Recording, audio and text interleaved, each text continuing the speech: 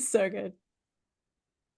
Great. We are recording, we are live, we are here. Welcome, welcome, welcome, dear watchers. We have today on our podcast episode the lovely Carly Anna, who is based in New Zealand and who I had the pleasure of working with her for 6 months minimum, and then 6 more months or almost something like that in her Midas coach training, which is all about learning how to coach with the background of behavioral psychology. And Carly is trained in so many wonderful modalities, but she's also just a really wonderful human and coach, and the the founder of the Midas Coach system that I just talked about, and of the Fulfillionaire brand. So we're going to talk about a lot of fulfillment, I would say, today. Uh, and whatever else you would like to add on to your introduction, please go ahead. I'm so Mm. happy to have you. Hi, everyone. Thank you, Alex. I'm so happy to be here and so happy to share my story if it will help all of you take another step along your pathway. So, like Alex said, I'm Carly. I am based in New Zealand. I am a Kiwi. That's why I have a little bit of a weird accent. So, hopefully, you can tolerate that for the next half an hour or so. So, I am an ex-therapist turned coach. And I've been a coach for 6, 7 years now, working with businesses and business owners, really along the track of how do we help you balance your pathway to fulfillment and also your pathway to life-changing wealth. We want both of those two things as entrepreneurs. We want all of the lifestyle fulfillment, the fulfillment that we get through what we do for a job, for our business, and also the money, because that's what helps us to have the lifestyle that we want to lead and have all of the opportunities that we can say yes to in our pocket.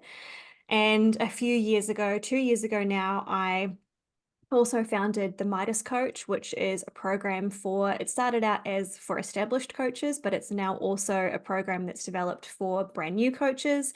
And it is professional development for coaches who want to coach through the lens of psychology and evidence-based practice, because that is how we get the most amazing results for our clients, is by following what best practice and research is telling us are the best strategies that we can use and how we can understand humans at a really granular level so that we can help them more, because that's what we're here to do as coaches. So that's a little intro about me. I love it so much. And for anyone with prominent eighth house placements in astrology, getting to know coaching and psychology in that level that Carly teaches is just so, so awesome. And I did the 6 month training, which was for the advanced coaches. So I can't speak for the beginner, but I'm sure you tailored it just perfectly. So if anyone out there, any one of you are looking to learn how to just become the best coach, where your clients are just like raving about you and like, how did you do this so easily? Just turn around inside. Then you should definitely check out how Carly coaches, because it's awesome. And yeah, that when I learned, even like in the first couple of modules, like even the first module or the free material that you had, or there was like a smaller masterclass I took, even when I applied that, my coaching went like, my clients were all like, oh my God, what are you doing? Like, I want to just keep working with you to learn coaching from you more, because I Yeah. would coach my clients like that. And that's kind of how I got into it with you, because I was in Yeah. your 6 month mastermind. I was like, I want to just learn how to coach like Carly coaches. And then Mhm. I joined your thing, and all my clients are so grateful. So it's just so fun. And this is already where we're coming to the subject of fun, right? It is so fun to coach that way, right? Yeah. But I want to see, like, how can we pull this back into, if someone's already, so this is the whole coaching thing. So guys, if you're interested in coaching, check out Carly's Instagram. We're going to load it down below later.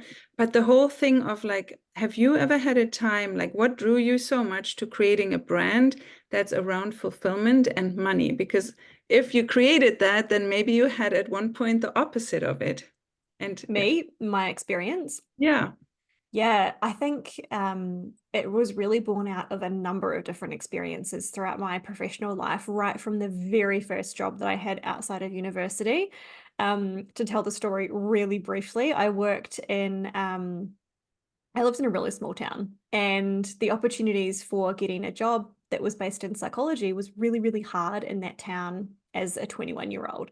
There just weren't very many opportunities. And so I wanted to go traveling. So I got a job in retail, and I worked in this beautiful, gorgeous, I still love it, high-end boutique retail shop. And when I was working there, I had a lot of customers and clients that they had very wealthy husbands, they were stay-at-home mothers, and they just had money to burn. And they would come in, weekly, and like they would want to be the first ones to know, like, show me the new clothes, show me, what have you got? I want to be the first one in town with this. And it was all very interesting, just coming straight out of a psychology degree to just observe all of that.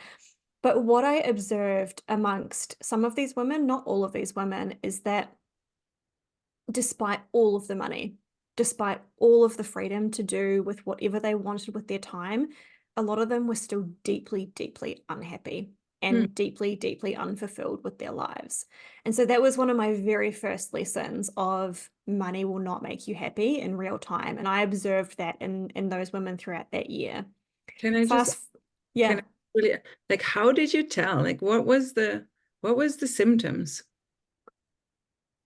a lot of them, it was really interesting to observe like just their demeanors when Mm, you got to know them. You could just see that they were unhappy through mm, the language that they used, the fact that they would just outsource all of their power.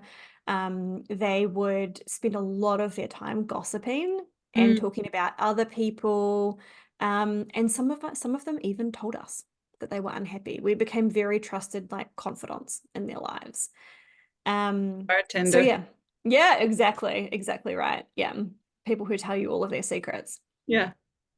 So after that experience, I moved to Melbourne and I got a job as a behavioral therapist. And I stayed in that job for a number of years while I was doing my master's in psychology as well. And throughout that time, I burned out more times than I can count. And Mm, I had numerous breakdowns where I basically forgot who I was and what day it was and ended up on medication and in therapy. And it was one of the hardest jobs that I've ever done, but it was also one of the most fulfilling jobs that I had ever done. And so I went on this real pathway to understand why I was burning out so much. And through that pathway, I also happened to be about to start my master's thesis project, my research project. And I went, you know what? I have to like do something that's actually meaningful here, because so many people do research projects that they're just ticking a box. And I was like, if it's going to capture my attention for a whole year, I have to do something that I care about. yeah. So I chose burnout, and I chose to implement a particular like therapy that was seeing really good results for people who were burning out in particular service professions. And it was through that process that I was really starting to learn about, okay, so if people are burning out, what's the antithesis of burnout? How do we protect against it? How do we make sure that we don't? And one of those major factors is engagement in what we do, and the fact that that work lights us up and that we are driven for it. Now, that's not the only factor. There are so many other factors at play with burnout as well. But that was the first thread that I started pulling on, and realizing that the more engaged we are in our work, the less likely we are to be burned out by it. Fast forward a few years later, I ended up leaving that job. I ended up, months away from my registration as a psychologist. I threw it all in because I could not possibly just fathom the next. I was 28, so like how many more years? 40 more years of working for somebody else before retirement and then quote unquote getting my freedom. I wanted to find a way that I could have the money Mhm. to travel. That's really important to me, to live the life that I wanted, to have that feeling of safety around money, of like, I get to have that balance of like spending it now so I get to actually enjoy my life. And also that safety of like, I'm stacking it for my future, that wealth building of like, that's there for my retirement. And if I want to retire early. And I went on this pathway in my own business of figuring out what is the work that fulfills me and engages me so that I don't go back to that place of burnout again. And so that I actually enjoy what I'm doing. and I don't have a job or a business that I feel like I need a holiday from. Mm. And also, how do I build wealth at the same time? How do I make really life-changing money? And so for me, it's been this pathway that has been a number of like experiences in the last 15 years of my life. So I'm 35 now, that have brought me to this work now. And this is, I think, why it's so mission-based for me and it feels so personal, is because I've had all of these different experiences that have led me here. And now I get to see the impact of the work on other people. And now that's the thing that fulfills me and lights me up. Yeah, I'm so grateful you're sharing this because there is a lot of work involved in having a Mm. business, right? And there's oftentimes, and I'm now in both human designs, cosmic or tropical, I have no motor centers defined. So I have to, I've always known that I really need to be wise about what I want to do. But I do things all the time. Like my sacral never feels like, I mean, once in a while, and I really like to rest, but most of the time I like to do things. And Mm. I feel like it's a really big, how do you call it? Like a main ingredient in being an entrepreneur. You have to like doing things, right? Yeah. Also doing the hard things.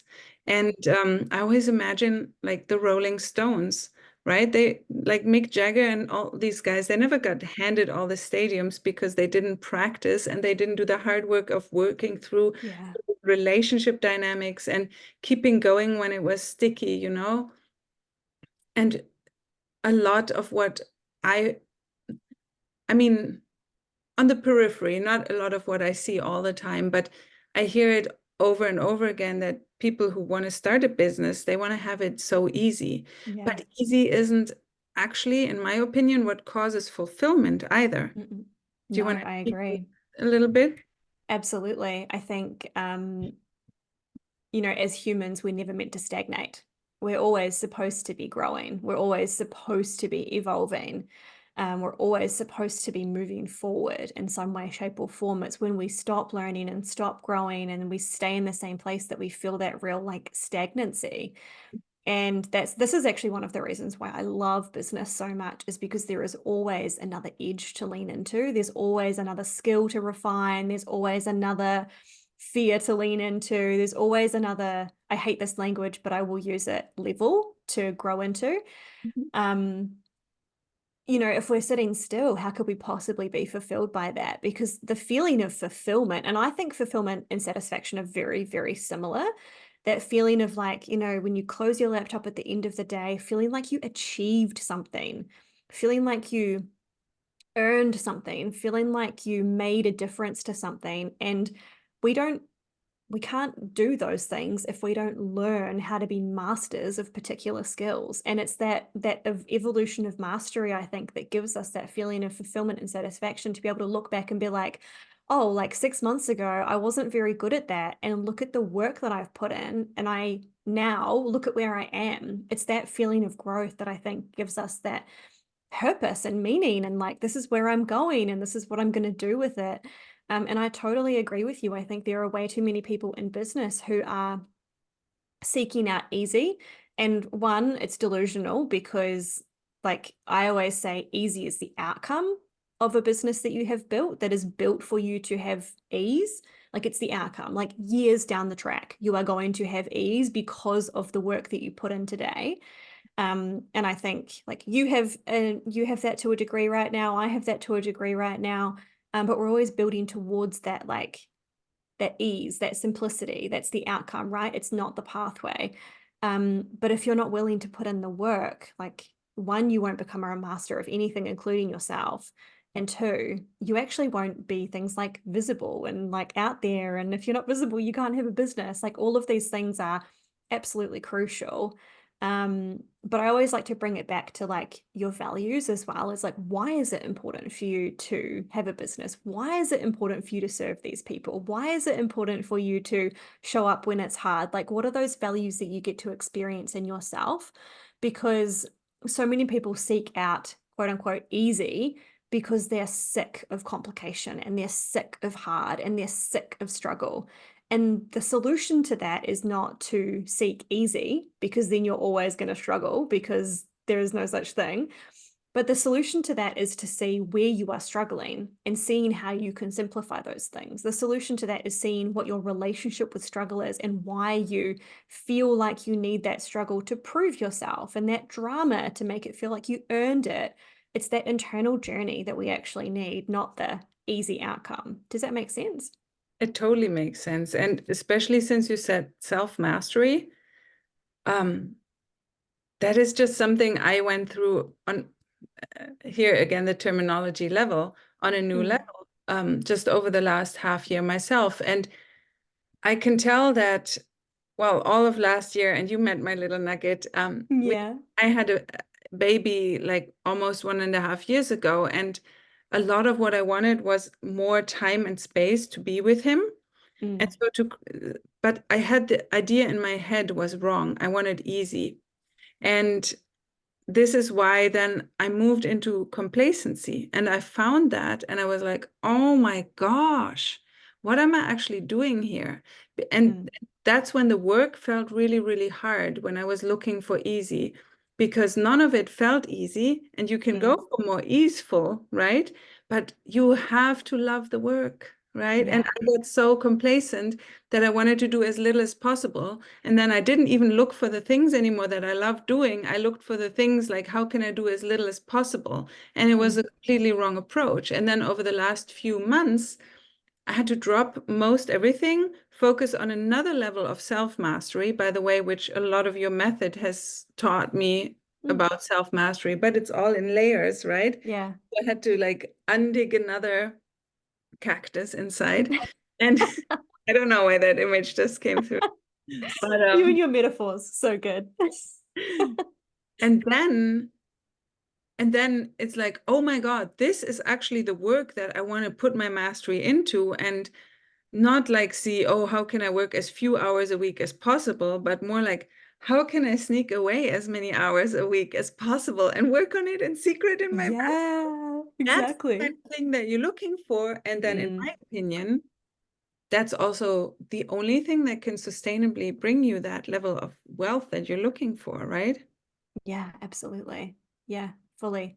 I love that idea of contrast as well. Like the contrast of getting to have time where you're so present with your family, which is so important to you, versus getting to have time where you're so present with your business. And it's like, that saying of like, absence makes the heart grow fonder. I think that's true in business too. Like we do actually need breaks from it. We do need to be able to step back and go on holiday and come back and feel like we missed it. Yep. That contrast is really important for fulfillment. If we're doing the same thing over and over and over again every single day, slugging away, you're going to get really bored. You're going to get complacent. You're going to feel like you want to break from something, that's here, where actually, if you structured your business differently, you could be getting that, variety and excitement back. Yeah. And the great thing is that you also do it in a very projector friendly way, because Yeah, you're one of these tropical projectors with only one center undefined. that's right. Let's guess which one that one is. Yeah. This is the thing why so many projectors feel like they need to create a business where they don't have a lot to do, because that's all complete bullshit, because the undefined sacral actually works in sprints and can be so much more efficient, right? So you actually might look for some, and I made a post the other day on Instagram about this, that, it's actually not about doing less.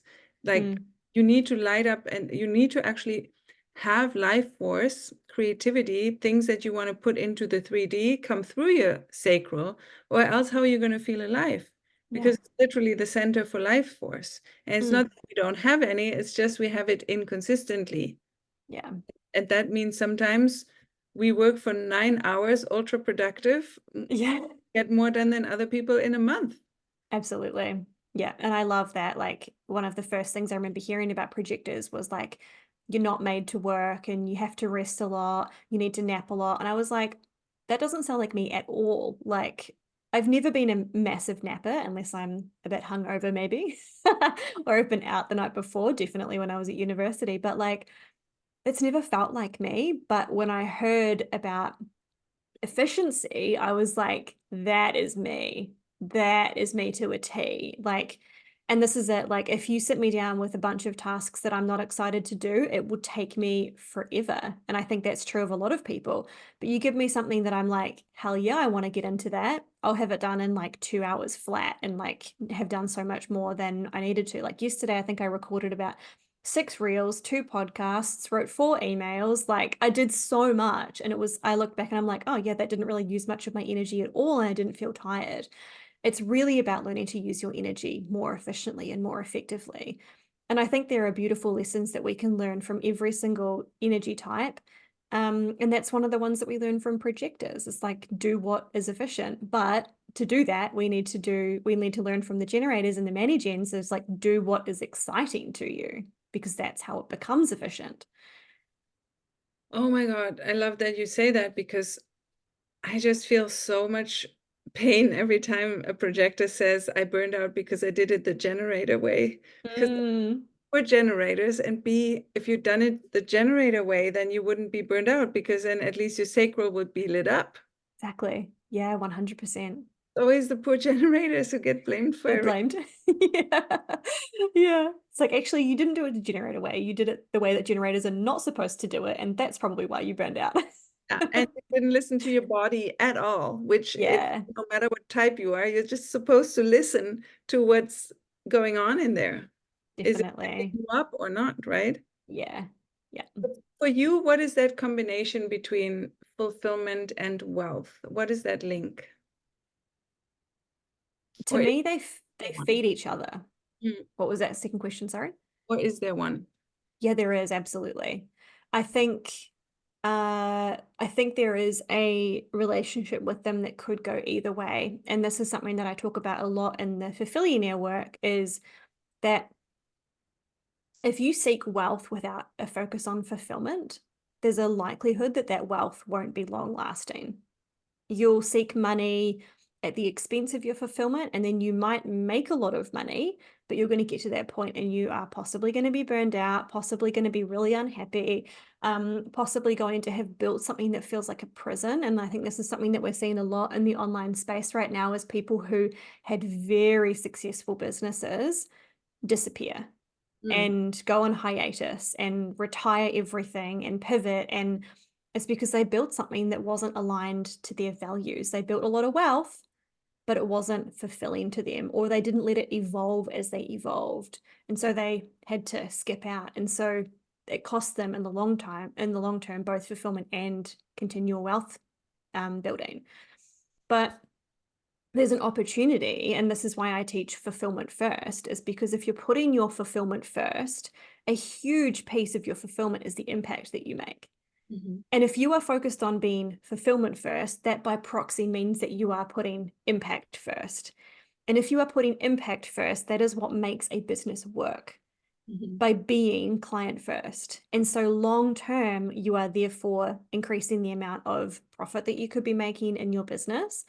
But it goes even deeper than that, in that if you're putting your fulfillment first, that money that you're making is going to be meaningful to you, which means that you are possibly going to have more motivation to grow it.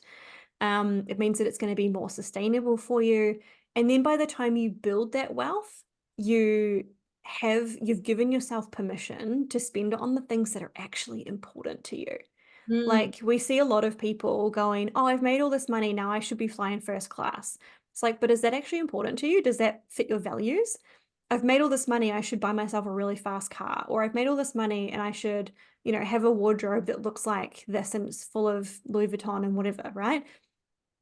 Those things might not be important to you. And so if you're spending your money in ways that don't fulfill your values and don't fulfill your needs, then you're potentially going to be costing yourself fulfillment. But the flip side is that you could learn that everything that you spend and everything that you invest gets to be a reflection and an amplification of all of those values. So I believe that they are absolutely intertwined, but I believe that it's also an art form and a transformation to learn to put fulfillment first, because we're all taught to put money first. Yeah.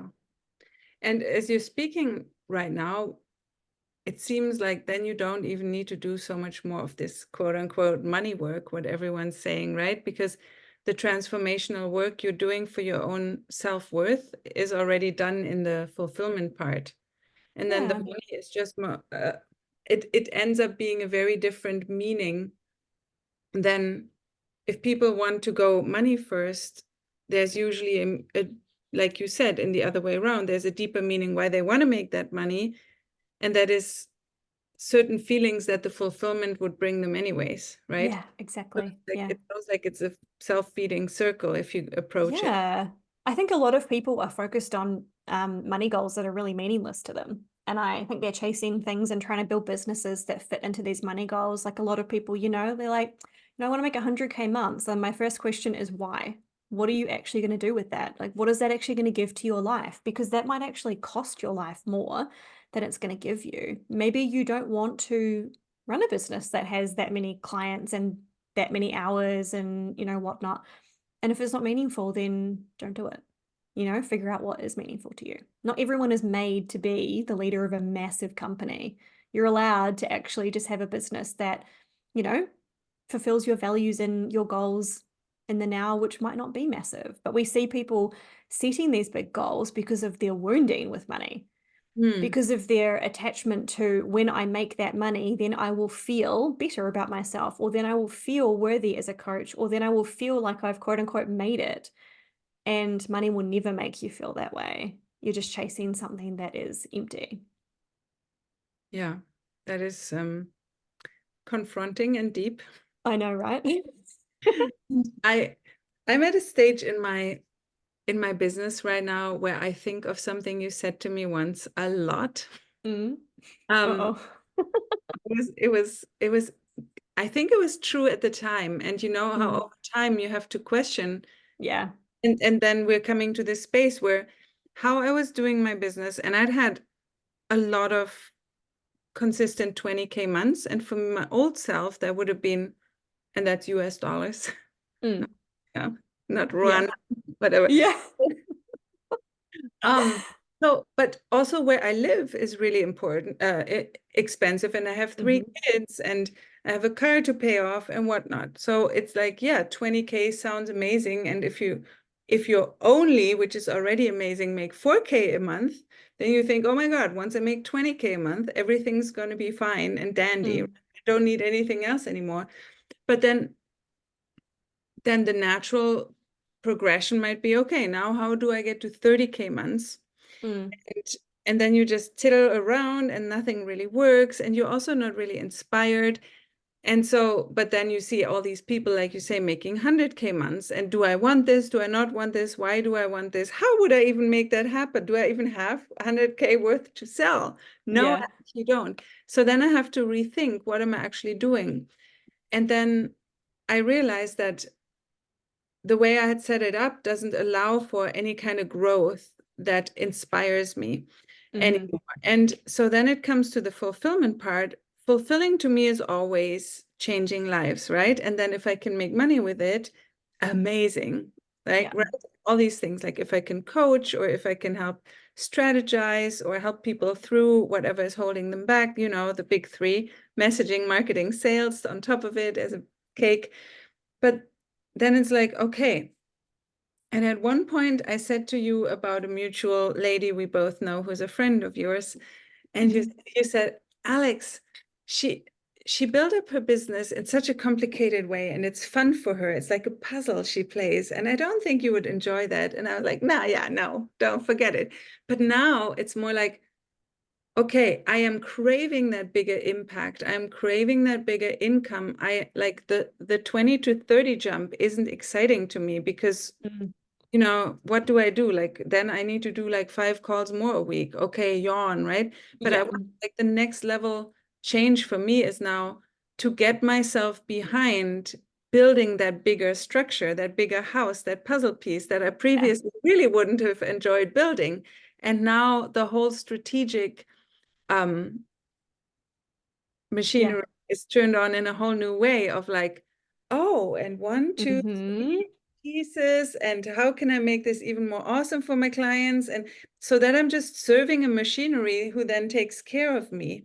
But in the past, I would have just not have any interest in that. But now that because coaching and helping people and helping them sell and whatever else we do is always inspiring and fulfilling to me.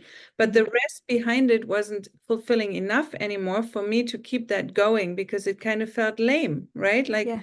at some point, like you said, we have to grow and evolve. And now I'm finding myself, so much of my journaling and my inner work is around, do I actually want this big Yeah. thing? And then Yep.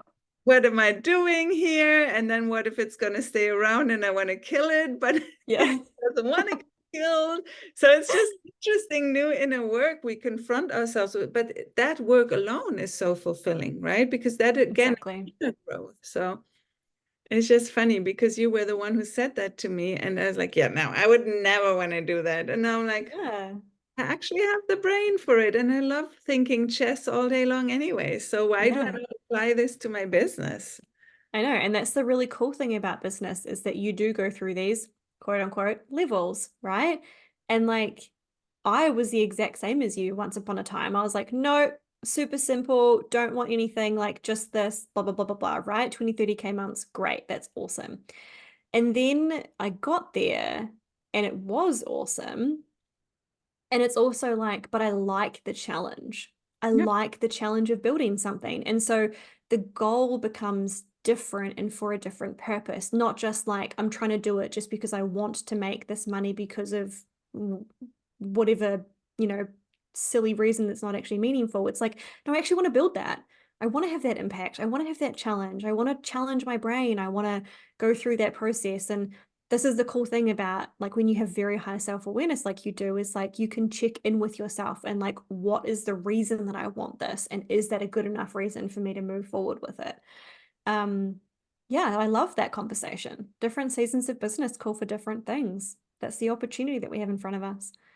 Yeah, and I think this is why, as a viewer or a watcher of this or a business owner, I find it's very important that you challenge yourself enough with the structure of your business to keep yourself entertained, because it's basically what I know that you've done this too. What we're inquiring inside is, how can I keep myself entertained for years to come and have somewhere where I can put my creativity so that I can do the things that I still love to do? I see it in a way almost like Beyonce created her own stage, and the stage became bigger over the years, right? Yeah. And it's like, okay, if we're creating our own stage, and so Beyonce still gets to perform and to sing and to write and create and be like a stage performer.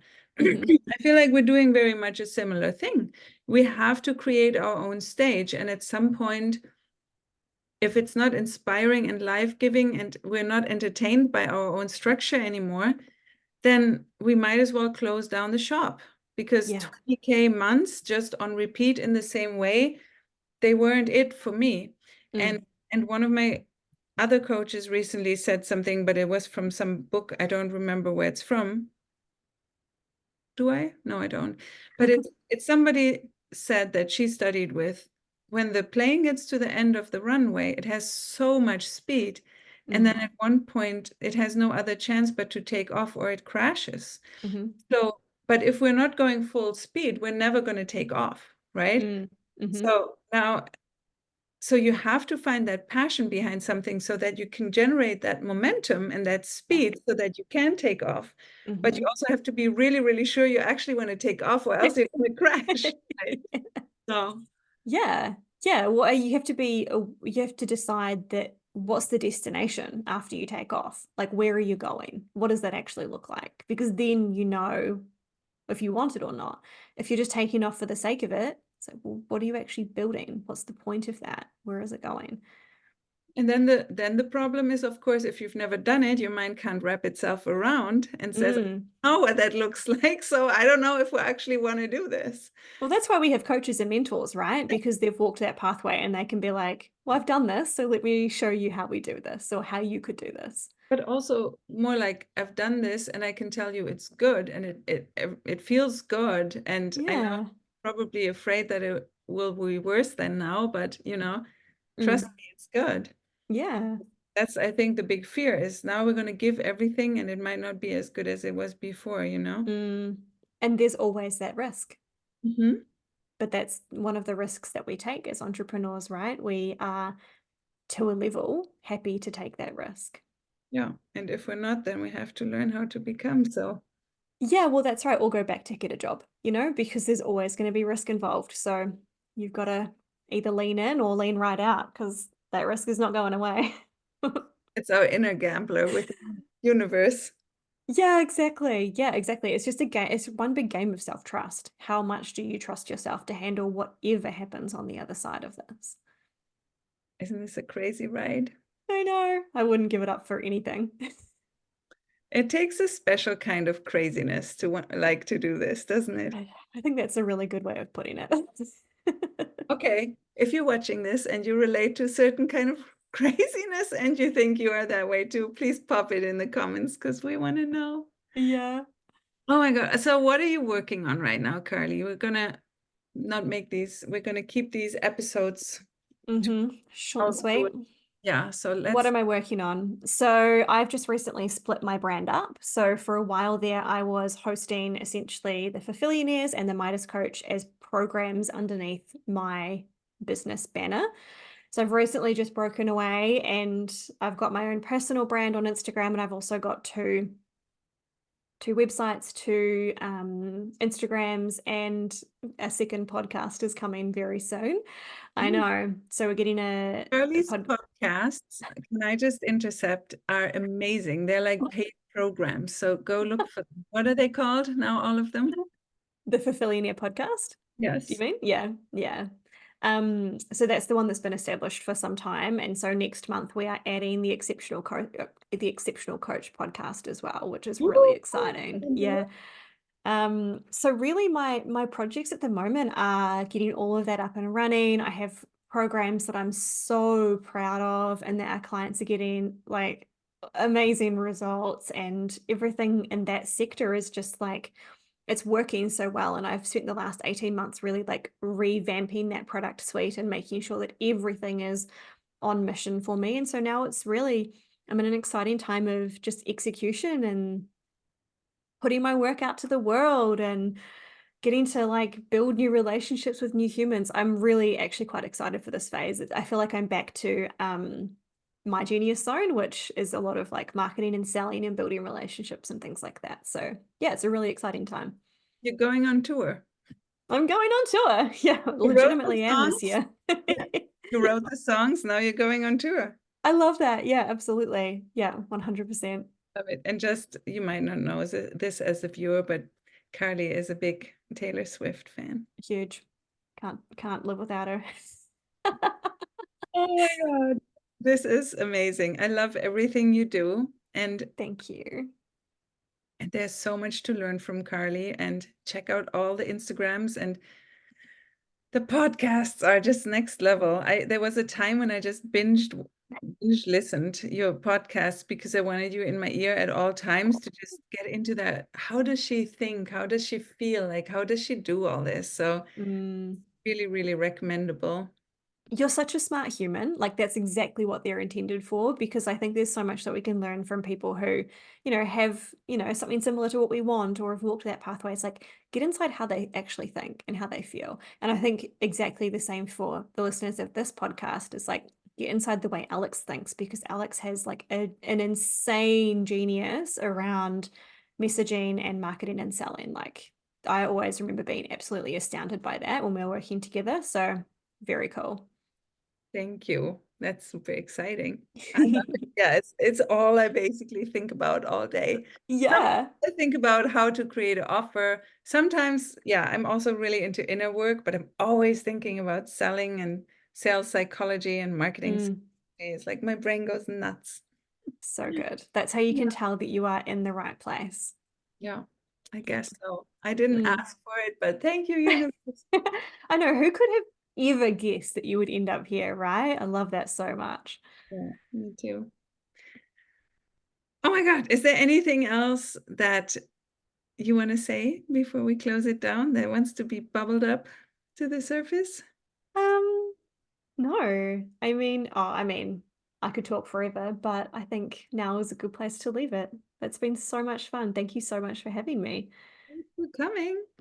I knew this was going to be so good because, yeah, Ah, ah, we just jam out together. It's so yeah, good. it's just nothing else to say other than what I already said. And I think if you watch this far, you already can tell that it's worth listening to Carly more. So thanks for watching. Thanks for being here. And we will make sure that you can find her in the description. And I will see you on the next one. Bye, Bye. everyone.